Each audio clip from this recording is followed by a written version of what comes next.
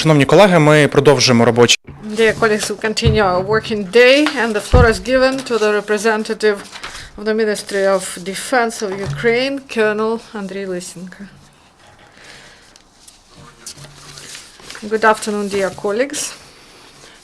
So the situation in the ATO area during last 24 hours. In Lugansk area, the enemy shelled our positions only in Popasnyansky region, that is Novozvanivka, Novoalexandrovka, and Popasna.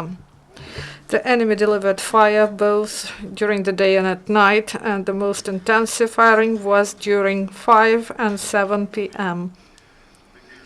Mainly, the occupants used small arms, but also one short-term mortar shelling was observed, delivered by the militants. In the Stanitsa Lugansk region, an enemy air drone flight was observed. On the whole, during the last 24 hours in Lugansk area, 12 enemy shellings were recorded.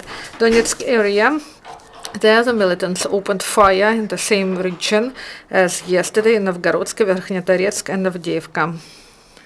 And at other parts of front line it was calm. The biggest number of armed cases were in Avdiivka production area. There in the evening, militants used mortar. They launched 10 mortar mines. On the whole, during the last 24 hours in the Donetsk area, there were 11 enemy shellings.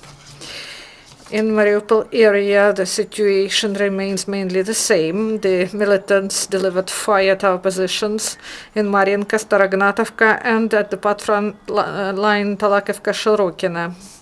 The militants used small arms and also APCs, and the majority of armed provocations were during the second part of the day. On the whole, during the last 24 hours in the Mariupol area, there were 10 enemy shellings.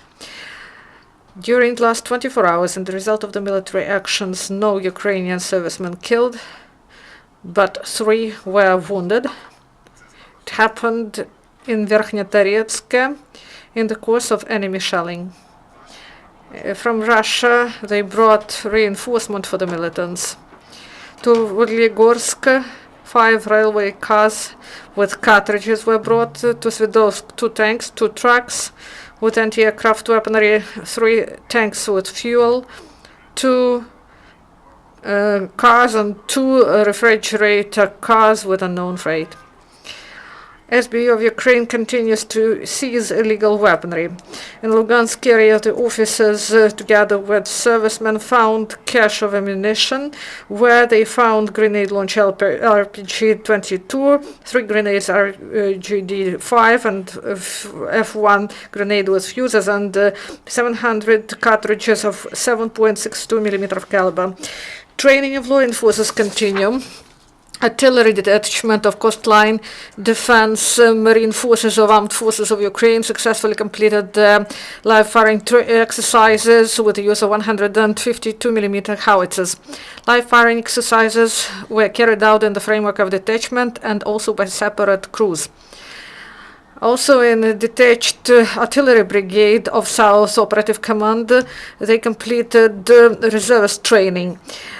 They were trained how to provide first medical aid, how to equip positions, ballistics training, and handling explosive objects.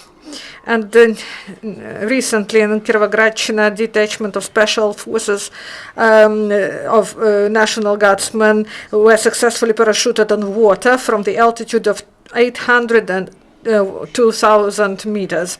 And in Mangush, that is in Donetchina, law enforcers rehearsed the algorithm of actions in case of assault of terrorists on stationary post of police. The aim is to simulate the situation, to calculate all necessary algorithms that can be used, and also to improve defense. And yesterday, the President of Ukraine, Petro Poroshenko, introduced the decision of National National Defense and Security Council on the financing of the needs of national security and defense of Ukraine in 2016.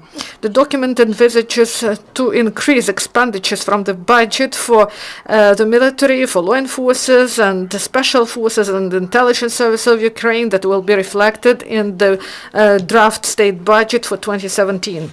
Also, the head of state signed 2 decrees to award servicemen who took part in ATO.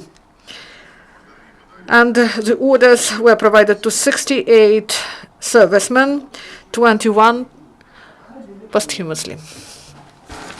This is all. Thank you. If you have questions or comments, please. Thank you, Colonel. Do you have questions or comments? If there are no, thank you. This is the end of press conference. Thank you. Шановні колеги, наступний Dear colleagues, our next event is at 1 p.m.